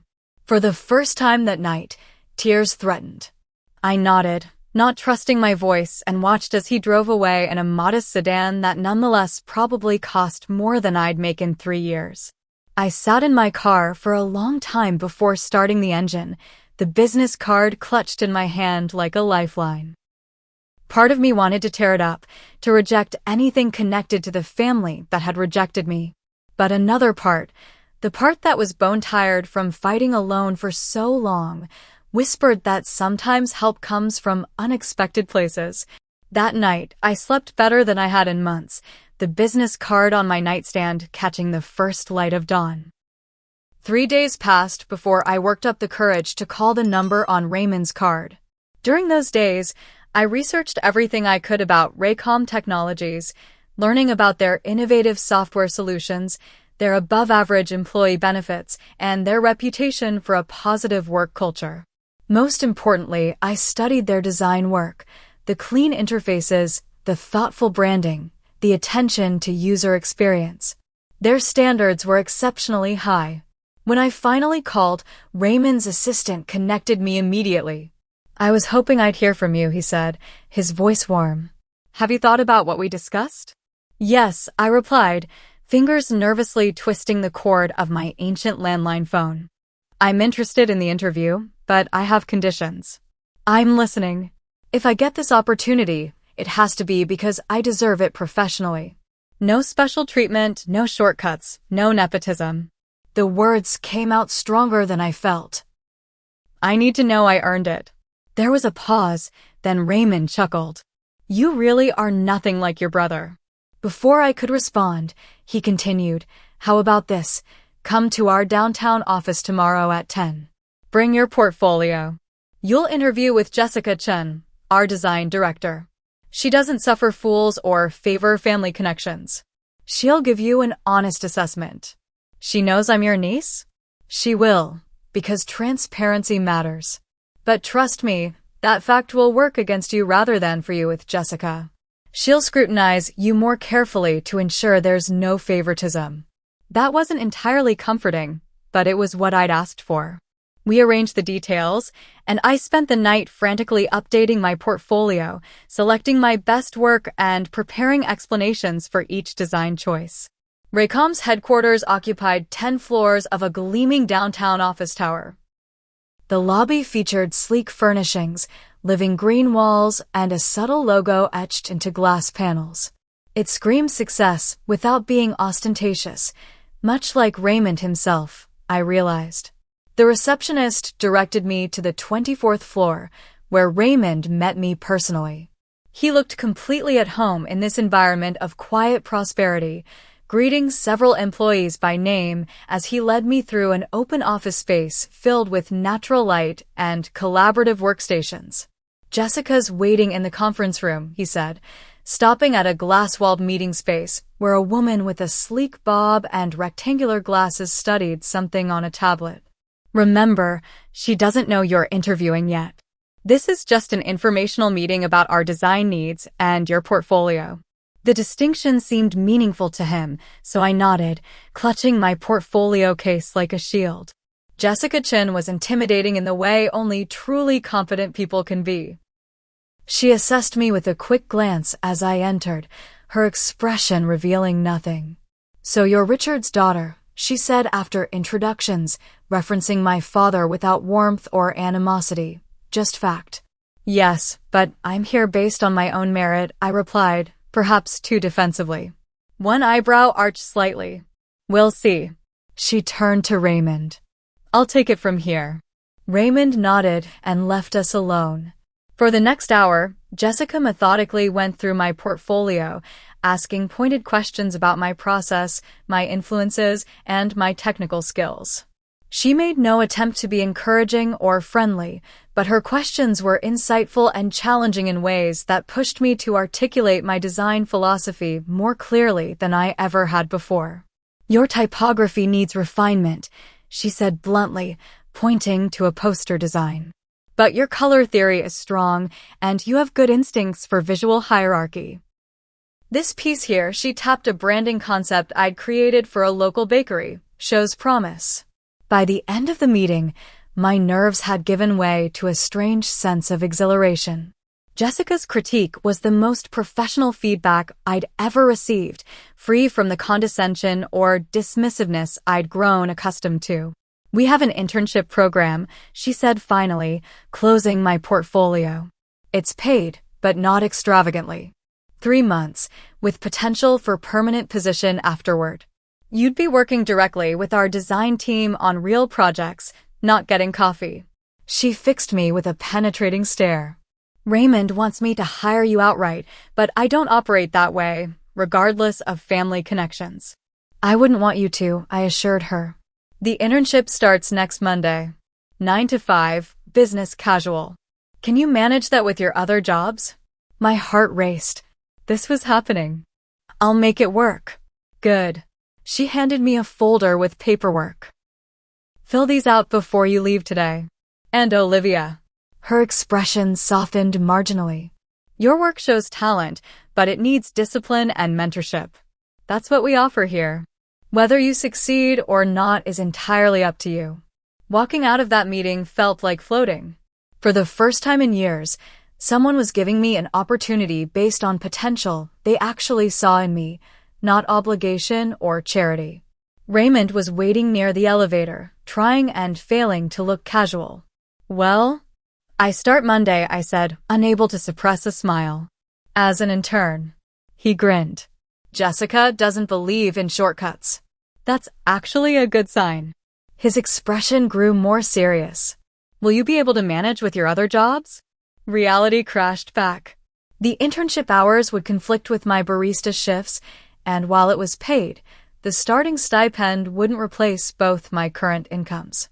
I'll figure it out, I said, already calculating numbers in my head. That afternoon, I had difficult conversations with both my employers. The coffee shop manager, understanding my situation, offered to keep me on for weekend shifts. You're too valuable to lose completely, she said kindly. And this opportunity sounds perfect for you. Quitting the pizza delivery job was both terrifying and liberating. For the first time in years, my evenings would be my own, but my financial cushion would be razor thin until the internship potentially converted to a full-time position.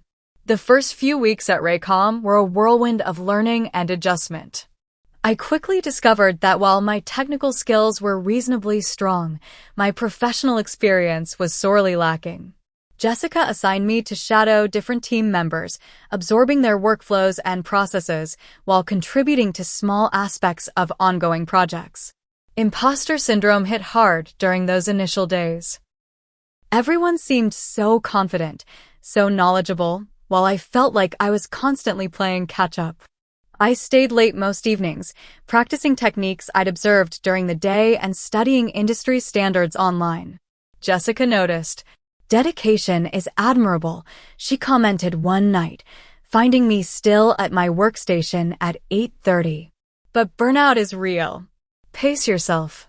Despite her brisk manner, Jessica proved to be an incredible mentor. She never sugar-coated criticism, but she also acknowledged improvement with the same straightforward honesty.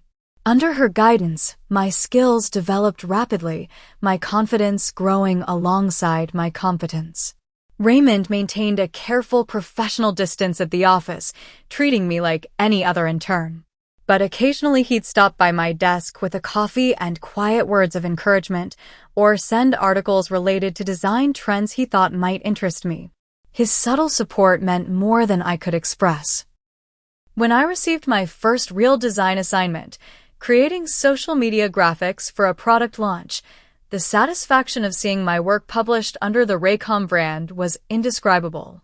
For the first time, I felt like my creativity had real value in the world. My first internship paycheck, while modest, covered my rent without the desperate juggling act of previous months. By the second month, I was able to move to a slightly better apartment, one where the elevator actually worked and the hot water didn't mysteriously disappear on weekends. When I called my parents to share my news about the internship, their reaction was predictably underwhelming. An internship at your age? My mother questioned. Shouldn't you be in a real job by now? It is a real job, Mom. With a respected company. Raymond's company, my father interjected, his voice immediately cooling. So, that's his game. Using you to get back at me. This isn't about you, Dad, I replied, frustration mounting. This is about me finally having an opportunity to use my skills. Just be careful, he warned. Raymond always has ulterior motives. Even Ethan couldn't resist a dig when he heard about my new position. Must be nice having connections, he commented during a rare family dinner I attended. Some of us have to make it on our own merits. The irony was so thick I nearly choked on my pasta, but I held my tongue. Their perception didn't matter anymore. For the first time in my adult life, I was on a path of my own making, with people who valued what I brought to the table. 3 months into my internship, I barely recognized my professional self. Under Jessica's meticulous guidance and Raymond's occasional strategic advice, my design skills had transformed. I no longer created merely attractive visuals. I crafted strategic communications that served specific business goals while maintaining aesthetic integrity. My responsibilities had gradually increased from supporting others' projects to leading small initiatives of my own. My weekend coffee shop shifts continued, partly for financial security, but increasingly because I enjoyed the change of pace and the connection with regular customers. "You seem different," Zoe commented one Saturday morning as we prepared for opening. "More. I don't know," centered. I considered her observation while wiping down counters. "I feel different. Like I'm finally moving forward instead of just treading water." Raymond had become a significant presence in my life, our professional relationship evolving into a genuine mentorship. He never criticized my parents directly but offered perspectives that helped me understand our family dynamics through a different lens. Success isn't just about talent, he told me during one of our occasional lunch meetings. It's about opportunity and support. Some people get those handed to them, others have to fight for every scrap. The fighting makes you stronger, but it shouldn't have to be that hard. My improved financial situation allowed me to move into a one-bedroom apartment in a safer neighborhood. Nothing luxurious, but clean and well-maintained, with actual natural light and neighbors who didn't have screaming arguments at 3 a.m. The first night I slept there, the quiet was so profound I actually woke up disoriented by the lack of ambient noise. My first real paycheck that covered all my bills comfortably arrived on a Thursday. I remember staring at my bank account balance, refreshing the screen several times to confirm the number was real. After paying rent, utilities, and my student loan payment, I still had money left over. Not just survival money, actual discretionary income. I celebrated by buying fresh flowers for my apartment and a new professional outfit that wasn't from a thrift store. The growing distance from my family's toxicity helped me see their behavior more clearly. I began setting boundaries, limiting calls with my mother to once weekly and declining dinner invitations when I needed time for myself. This newfound assertiveness didn't go unnoticed. "You never have time for family anymore," my mother complained during one of our calls. "Success is changing you." "I'm the same person, Mom. I'm just not available on demand anymore." The real conflict erupted when Ethan's latest business venture began showing signs of trouble. His subscription box service for pet owners had launched with my parents' financial backing, but customer retention was abysmal after the first month's novelty wore off.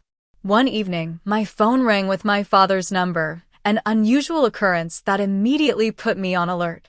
"Olivia," he began without preamble, "your brother needs some temporary assistance. His business is having cash flow issues." "I'm sorry to hear that," I replied carefully. "We thought, since you're doing well now with this internship, you might be able to loan him a few thousand to tide him over." The request was so absurd I initially thought I'd misheard. "A few $1,000s? Dad, I just started making a stable income 3 months ago." "Family helps family," he pressed. "You know we'd do the same for you." A bitter laugh escaped before I could stop it. "Would you?" "Because I don't recall any offers of help when I was working 2 jobs to survive." "That was different. You chose that path." "I didn't choose to have my college fund given to Ethan. I didn't choose to be the only one expected to stand on my own while he got endless bailouts." My father's voice hardened. "This attitude, this is Raymond's influence, isn't it? He's always been jealous of family loyalty." The accusation ignited something within me. This has nothing to do with Uncle Raymond. This is about years of different standards for Ethan and me. You're being selfish, Olivia. After everything we've done for you. That was the breaking point. Years of suppressed feelings erupted. What exactly have you done for me, Dad? Name one thing you've sacrificed for my benefit the way you consistently sacrifice for Ethan. His silence was damning. I thought so, I said quietly. I won't be loaning money to Ethan. I'm still recovering from years of financial struggle that neither of you ever acknowledged. The conversation ended with my father's cold disappointment, a familiar weight I was finally ready to shrug off. The following Sunday, against my better judgment, I attended family dinner, partly to demonstrate I wasn't afraid of confrontation and partly hoping for some reconciliation. It was a mistake. The tension was palpable from the moment I arrived. My mother's usual effusive greeting was replaced with cool politeness. My father barely acknowledged me. Ethan sat smugly at his usual place, clearly having been informed of my selfishness. Dinner proceeded with stilted conversation until my mother mentioned Raymond. I hear his company is doing very well, she said with forced casualness. Expanded into 3 new markets this year. Yes, I replied, sensing the trap but unwilling to lie. The growth has been impressive. My father's fork clattered against his plate. I suppose he's filled your head with his version of our history. He's barely mentioned it, actually. Unlike you, he doesn't seem interested in nursing old grudges. You have no idea what you're talking about, my father snapped. Raymond betrayed me. He stole my ideas, pushed me out of our company, and then had the nerve to succeed with my concepts. That's not how he tells it, I replied evenly. Of course not. He's always been manipulative. And now he's using you to get back at me. I set down my utensils, suddenly tired of the whole charade. Dad, did it ever occur to you that he hired me because I'm qualified? That not everything revolves around your feud? You wouldn't even know him if not for me, my father retorted. True. Just like I wouldn't know what it feels like to be constantly overlooked in favor of my brother if not for you. The room fell silent. My mother's eyes widened in shock, Ethan shifted uncomfortably, and my father's face flushed dark red. Is that really how you feel? My mother asked quietly. How could I feel any other way? Look at this situation objectively. Ethan fails repeatedly with your financial support.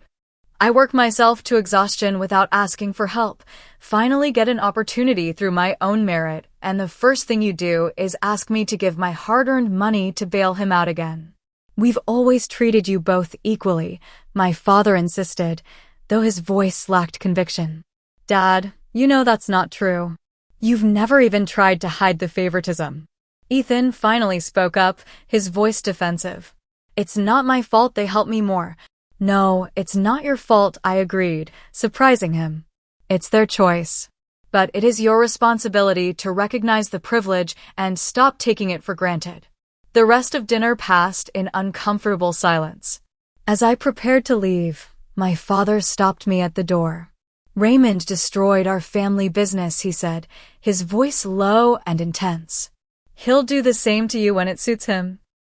I studied my father's face, seeing for the first time the insecurity behind his anger.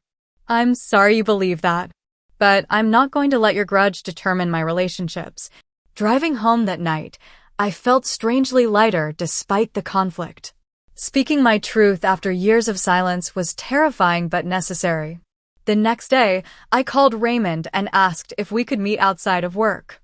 Over coffee at a quiet cafe, I asked him directly about the conflict with my father. I've only heard his side, I explained. I'd like to hear yours. Raymond sighed deeply, running a hand through his graying hair. Your father and I had different visions for the company we started. He wanted quick profit, even if it meant cutting ethical corners. I wanted sustainable growth built on solid values. He looked at me directly. The breaking point came when I discovered he was altering financial reports to attract investors. When I confronted him, he claimed it was just creative accounting. I couldn't be part of that. So you bought him out? I gave him the chance to buy me out first, actually. When he couldn't raise the capital, I leveraged everything I had to purchase his share. He took the money but never forgave me for the perceived betrayal. His expression softened. Richard has always struggled with accepting responsibility for his choices. It's easier to blame others. The parallel to my father's relationship with Ethan was striking. A pattern of enabling, of excusing, of avoiding hard truths. "Thank you for telling me," I said finally. "It helps make sense of a lot of things." As I returned to work that week, an exciting opportunity arose. Jessica approached me about leading a major project for an important client, a complete rebranding for a regional healthcare provider. "It's beyond your current role," she admitted. "But I've seen enough of your work to believe you're ready for the challenge with proper supervision." The responsibility terrified and thrilled me simultaneously. This was no small assignment. It would be highly visible within the company and could define my professional trajectory. For the first time in my life, self-doubt threatened to overwhelm a golden opportunity. What if I failed? What if I proved my father right about Raymond's judgment? What if I wasn't actually talented, just lucky? Late one evening, as I stared at initial concept sketches that refused to coalesce into something meaningful, Raymond found me in the empty office. "Creative block?" he asked, settling into a chair beside my desk. I nodded miserably. "I'm not sure I'm ready for this project." "You are," he said simply. "Jessica doesn't make recommendations lightly. She sees what you're capable of, even when you don't." "But what if I fail?" "Then you learn and do better next time." His smile was gentle. "Failure isn't fatal, Olivia. It's just information." That perspective, so different from my father's perfectionism, gave me permission to take risks with my design approach.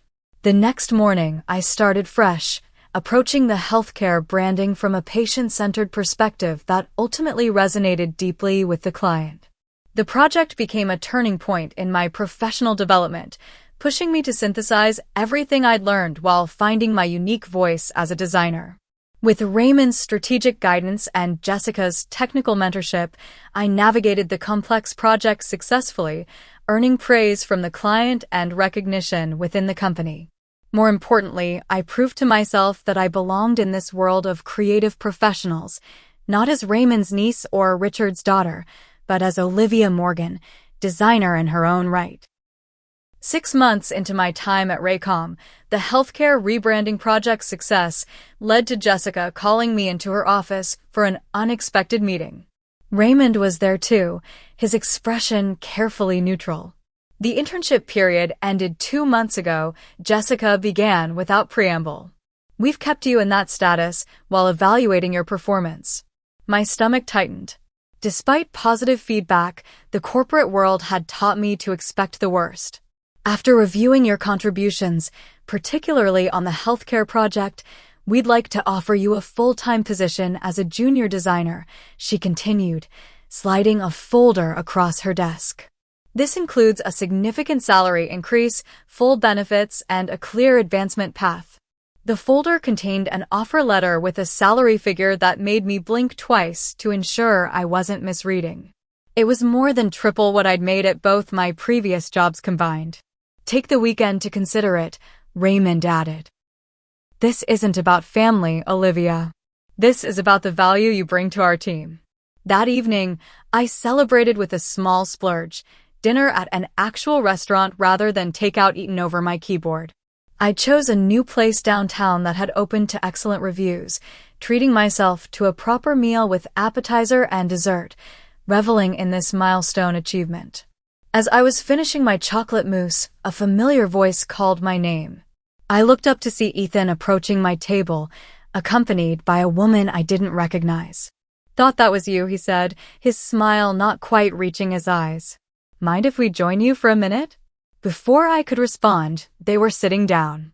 The woman, introduced as Melissa, his new girlfriend, excused herself to the restroom almost immediately, leaving us alone.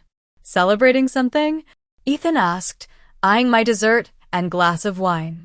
"Job offer," I replied, keeping my tone neutral. "Full-time position at Raycom." "Good for you," he said, though his expression tightened. He glanced around to ensure Melissa wasn't returning yet, then leaned forward. Look, I didn't want to do this here, but since I ran into you, things aren't good. Liv, the childhood nickname, and used for years, immediately put me on alert. Ethan only reverted to it when he wanted something. What things? The business tanked completely, he admitted, voice low. The investors pulled out last week. Mom and Dad. He trailed off, running a hand through his hair. They're in serious trouble, Olivia. They put everything into this venture. Second mortgage on the house, cashed out retirement accounts, everything. The news hit like a physical blow. How bad is it? Bad enough that they might lose the house within months. His eyes met mine, pleading. They won't tell you because they're too proud, especially after that fight at dinner. But I thought you should know. After Ethan and Melissa left, I sat stunned, dessert forgotten. My parents had always been financially comfortable. The idea of them facing ruin was inconceivable. Despite our strained relationship, the thought of them losing their home of 30 years was deeply troubling. The next morning, I drove to my parents' house unannounced. The changes were subtle but telling. The normally immaculate lawn needed mowing. The flower beds were untended, and my father's prized car was missing from the driveway. My mother answered the door in a faded house dress, her hair pulled back carelessly, a stark contrast to her usually meticulous appearance. Her surprise at seeing me quickly shifted to nervous energy as she ushered me inside. This is unexpected, she said, hurriedly clearing magazines from the coffee table. Your father's just run to the store. Would you like some tea? The house's interior revealed more signs of strain. The thermostat was set unusually low. Mail was piled unopened on the entry table. A water stain on the ceiling suggested a leak no one had addressed. Mom, I said gently, stopping her nervous tidying. I saw Ethan last night. He told me what's happening. Her movements stilled. For a moment, she seemed about to deny everything. Then her shoulders slumped in defeat. We didn't want you to know. Why not? Pride, I suppose. She sank onto the sofa. After how we treated you, asking for help seemed unthinkable. As she spoke, the full extent of their financial disaster emerged. My father's company had downsized months ago, reducing his salary by 30%. Rather than adjusting their lifestyle, they'd maintained appearances while drawing down savings. Then came Ethan's business, their sure-thing investment that would solve everything. We believed in him, my mother said, tears forming. Just like we always have. Richard put in our retirement savings first. When that wasn't enough, we took a second mortgage. How much did you invest total? I asked, dreading the answer. Almost $400,000, she whispered.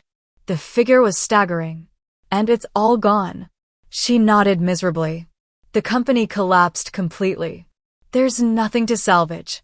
My father returned home during this conversation, his expression hardening when he saw me. Ethan had no right to tell you, he said, setting down grocery bags that I noticed contained only store-brand basics, another sign of their new reality. I'm your daughter, I replied. I had every right to know. So you could gloat? Tell us I told you so about Ethan. No, I said firmly. So I could help if possible. His laugh was bitter. Help? What could you possibly do about this? Richard, my mother interjected sharply. That's enough. Something in her tone, a newfound steel I'd never heard directed at him before, made my father fall silent. He sat heavily in his armchair, suddenly looking every one of his 62 years. I've enabled this situation for too long, my mother continued, surprising both of us. The way we've treated Olivia compared to Ethan, the financial decisions, all of it. I've gone along with everything, and look where it's gotten us. Sophia, my father began, but she cut him off. No, Richard. It's time for honesty. She turned to me, her eyes red but clear. When you were born, your father was so certain you'd be another boy. He'd already planned fishing trips and baseball games. When the nurse said it's a girl, I saw his disappointment. I've spent 23 years trying to compensate for that moment, letting him favor Ethan to make up for it. That was wrong. My father stared at her, shock evident on his face. That's not true. I never. It is true, she insisted. You may not have realized it, but I did. And I allowed it because it was easier than confronting you. She reached for my hand. I'm sorry, Olivia. We failed you. The raw honesty of her confession left me speechless. For years, I'd assumed my mother was simply following my father's lead in favoring Ethan. The revelation that she had recognized the injustice all along but chosen to enable it added a new layer of complexity to my childhood memories. There's something else you should know, my mother continued after a moment. About Raymond and your father. My father stood abruptly. Sophia, don't. She deserves the truth, Richard. My mother's gaze remained steady. Raymond tried to warn us about investing in Ethan's ventures.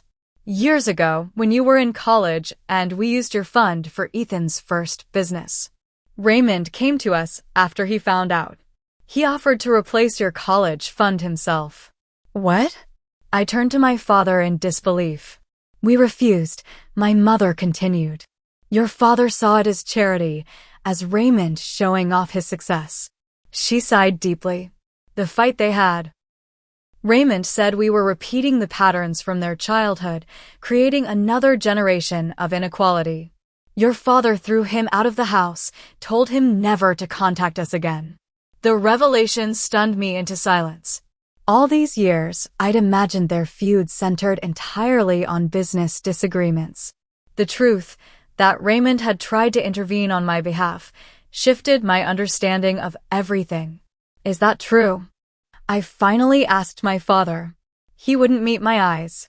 He had no right to interfere in how we raised our children. He was trying to help me, I said, the realization dawning slowly. And you rejected it because of your pride. The three of us sat in heavy silence, years of family dynamics suddenly exposed in harsh light. My father's resentment toward his more successful brother. My mother's silent complicity. The pattern of favoritism that had shaped my entire life. I need some air, I said finally, rising from the couch. Outside on the porch, I called Raymond. Can we meet? There's something important we need to discuss. That evening, at a quiet park near the river, I told Raymond everything. My parents' financial disaster, my mother's confessions, the revelation about his offer years ago. Why didn't you tell me you tried to replace my college fund? I asked. He sighed, watching the sunset reflect on the water. What purpose would it have served? It would have seemed like I was trying to turn you against your father. But all these years, I thought. You thought I abandoned you too. His eyes were sad when they met mine. I'm sorry for that. After your father cut contact, I tried reaching out to you directly a few times, but the messages were never returned. I assumed you wanted nothing to do with me either. I never received any messages, I said, the puzzle pieces finally fitting together. They must have intercepted them. Raymond nodded thoughtfully. Your father and I. Our relationship has always been complicated. He resented me for being our parents' favorite, then resented me more for succeeding after he chose to leave our company. He turned to face me fully. But Olivia, despite everything, he's still my brother. And he's still your father. A father who chose his pride over my education, I pointed out bitterly. Yes, Raymond acknowledged. But also a man trapped in patterns he learned from his own father. That doesn't excuse his behavior, but it might help explain it.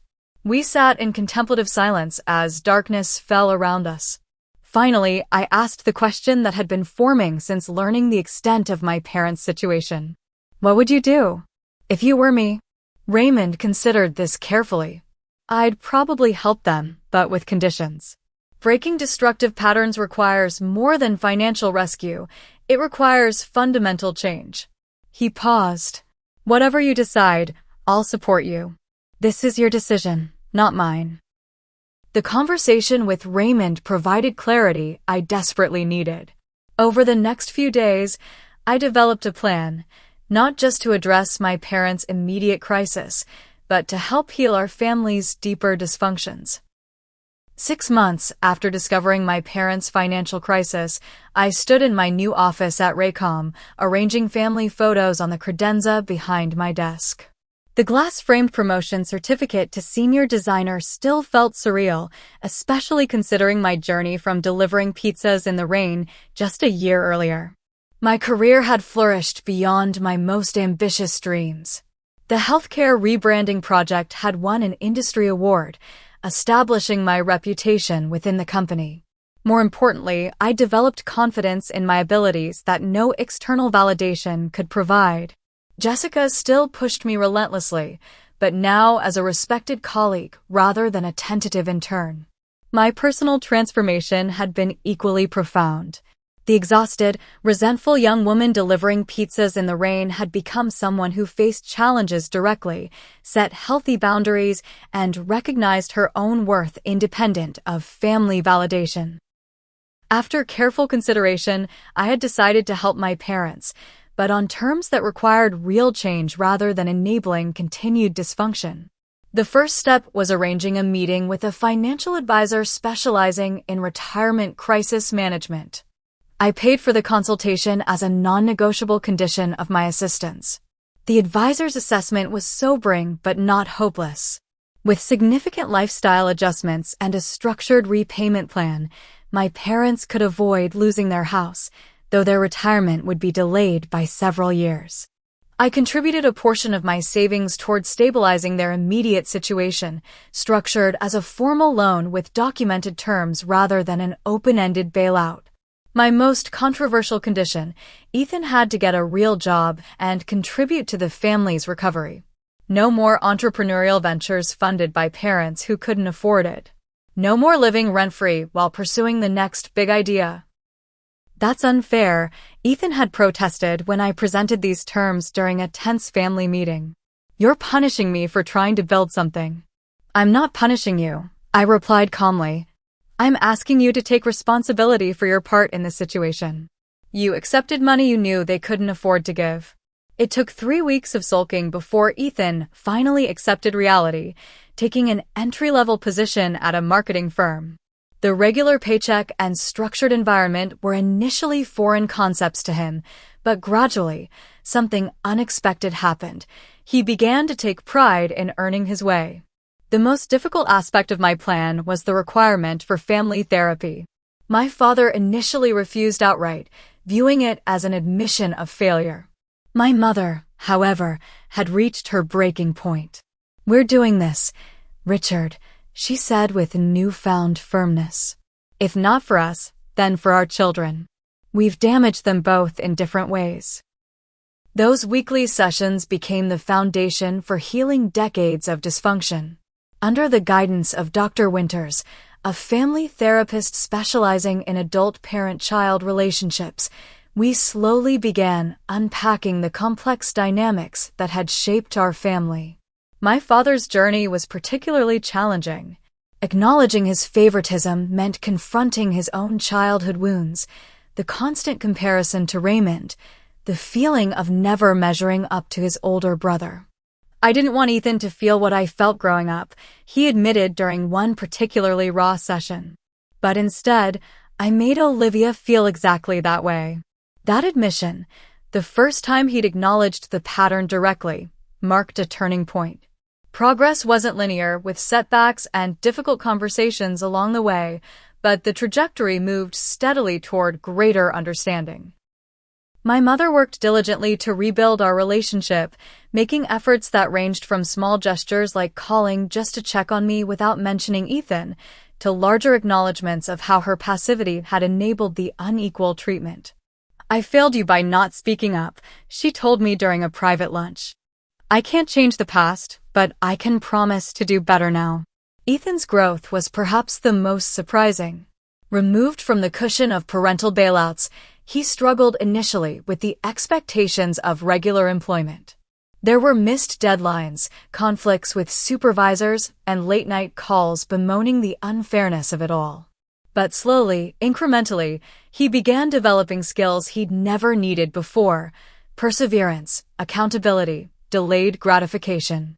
6 months into his job, he was promoted to junior account manager based on genuine merit. The pride in his accomplishment was qualitatively different from his previous hollow bravado.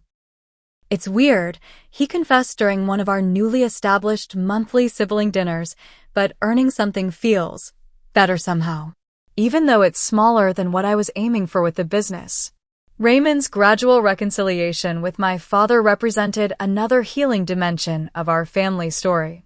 It began with small steps, Raymond attending one therapy session at my request, my father accepting an invitation to tour Raycom's offices. Old wounds couldn't be erased overnight, but the brothers began the slow work of building a new relationship based on who they were now rather than who they had been. The culmination of this year of transformation came on Thanksgiving, precisely 1 year after I had delivered pizzas in the rain and encountered Raymond. We gathered at my parents' home, the first time our complete family had been together in nearly a decade. The differences from previous family gatherings were striking. My father, having sold his luxury car and embraced a more modest lifestyle, seemed less burdened by the need to project success. My mother, who had returned to teaching piano to contribute to their financial recovery, displayed a quiet confidence I'd never seen before. Ethan arrived with his girlfriend Melissa and something entirely new, humility. And Raymond, once the forbidden name in our household, sat at my father's right hand, their conversation occasionally tense, but fundamentally respectful. After dinner, as we gathered in the living room for coffee, my father cleared his throat. "I'd like to say something," he began, uncharacteristically hesitant. "This past year has been difficult. We lost a lot: money, security, pride." He paused, gathering himself. "But we gained something more valuable: honesty, understanding, a chance to repair what was broken." He looked directly at me, his eyes shining with unshed tears. "Olivia, I owe you the biggest apology. Not just for the recent past, but for a lifetime of making you feel less valued, less important. I was wrong, and I am more proud of you than I can possibly express." The words I'd waited a lifetime to hear washed over me like a cleansing rain. They couldn't erase the past, but they created space for a different future. Later that evening, as guests prepared to leave, Raymond pulled me aside. "Do you remember what you told me that night at the diner? That you didn't want charity." I nodded, smiling at the memory of my fierce pride despite being soaked and exhausted. "I knew then you'd be extraordinary," he said. "Not because you're my niece or because you have natural talent, though you do, but because you understand that true success comes from within, not from what's handed to you." A month later, Raycom launched a mentorship program for underprivileged students interested in design careers. As the program coordinator, I found myself guiding a nervous young intern through her first professional project. "I don't belong here," she confessed during our initial meeting. "Everyone else seems so confident, so prepared." I felt exactly the same way, I told her, remembering my own insecurities. But belonging isn't about starting with all the answers.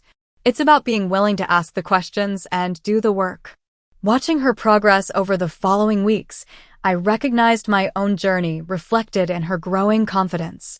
The cycle of mentorship had come full circle, transforming me from the one who needed guidance to the one who could provide it. This, perhaps, is the deepest lesson I've learned through everything. Our greatest wounds can become our greatest gifts to others if we're willing to transform them through honesty and growth.